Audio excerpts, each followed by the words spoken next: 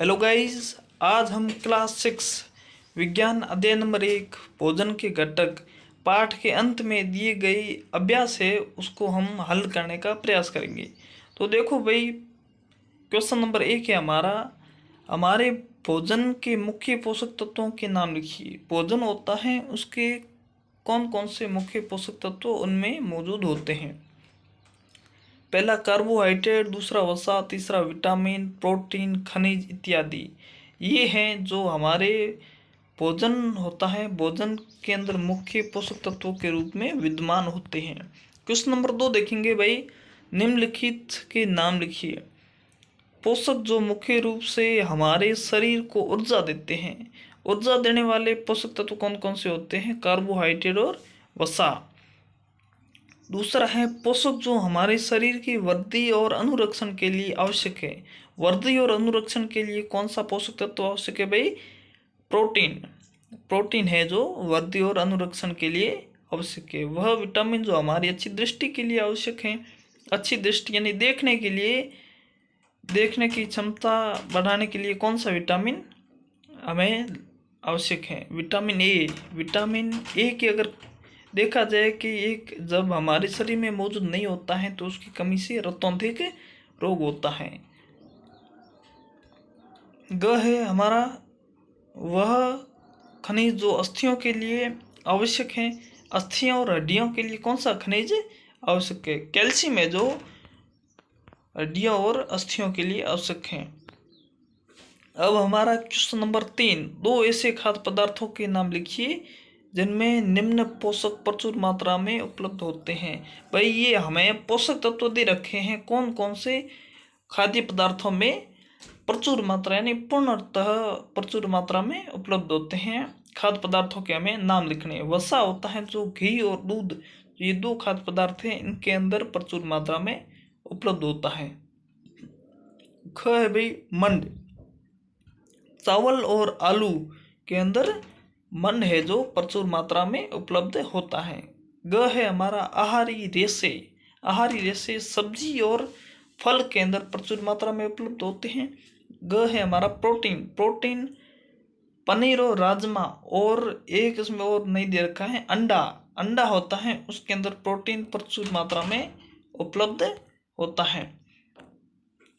अब हमारा प्रश्न नंबर आया 4, इनमें सही कथन को राइट, जो ये सही वाला चिन्ह दे रखा है इसके अंदर अंकित करना है भाई, और जो सही नहीं है, गलत है, गलत को हम क्रॉस से काट देंगे भाई। केवल चावल खाने से हम अपने शरीर की पोषक आवश्यकताओं को पूरा कर सकते हैं भाई? केवल चावल खाने से नहीं बेटा, केवल चावल खाने से हम अपने शरीर की जो पोषण आवश्यकता है उसको हम पूरा नहीं कर सकते। इसके अंदर आएगा क्रॉस। संतुलित आहार खाकर अभावजन्य रोगों की रोकथाम की जा सकती है भाई। हाँ, संतुलित आहार जो होता है, संतुलित आहार का मतलब होता है उस आहार के अंदर सभी प्रकार के पोषक तत्व प्रचुर मात्रा में उपलब्ध होते हैं। अब ये अभावजन्य रोग क्या होता है? अभावजन्य रोग लंबी अवधि के तहत पोषक तत्वों की कमी से होने वाला रोग होता है, उसे हम बोलते हैं अभावजन्य रोग। और संतुलित आहार लेते हैं तो हम अभावजन्य रोगों की रोकथाम कर सकते हैं, की जा सकते हैं। तो ये सही है। शरीर के लिए संतुलित आहार में नाना प्रकार के खाद्य पदार्थ होने चाहिए। यह संतुलित आहार होता है उसके अंदर निम्न प्रकार के अलग अलग प्रकार के पोषक तत्व होने चाहिए। शरीर को सभी पोषक तत्व उपलब्ध कराने के लिए केवल मांस पर्याप्त है? मांस नहीं, केवल मांस से सभी प्रकार के पोषक तत्व हमारे शरीर को नहीं मिल सकते। अब हमारा है क्वेश्चन नंबर 5। क्वेश्चन नंबर 5 है हमारा, रिक्त स्थानों की पूर्ति करनी है। क है रिक्त स्थान विटामिन डी के अभाव से होता है। कौन सा रोग होता है भाई? विटामिन रिकेट्स होता है जो विटामिन डी की अपने कमी से, अभाव से विटामिन रोग होता है भाई।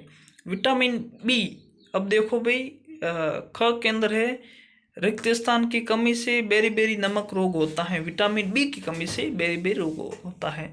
ग के अंदर विटामिन सी के अभाव से रिक्शा नामक रोग होता है। सी की कमी से स्कर्वी रोग होता है। कौन सा रोग होता है भाई? स्कर्वी। क है हमारे भोजन में के अभाव से रक्तोन्धिक रोग होता है। हमने ऊपर भी देखा कि रक्तोन्धिक रोग विटामिन दृष्टि के लिए अच्छी दृष्टि बनाए रखने के लिए विटामिन ए का प्रयोग होता है, हमने ऊपर भी देखा था। और यहाँ भी हमारे भोजन में विटामिन ए के अभाव से रक्तोन्धिक रोग होता है। धन्यवाद मित्रों। अगर ये वीडियो आपको अच्छा लगे तो इस वीडियो को लाइक करना और अपने दोस्तों साथियों के साथ शेयर करना और इस चैनल को सब्सक्राइब ज़रूर करना। प्यारे विद्यार्थियों, धन्यवाद।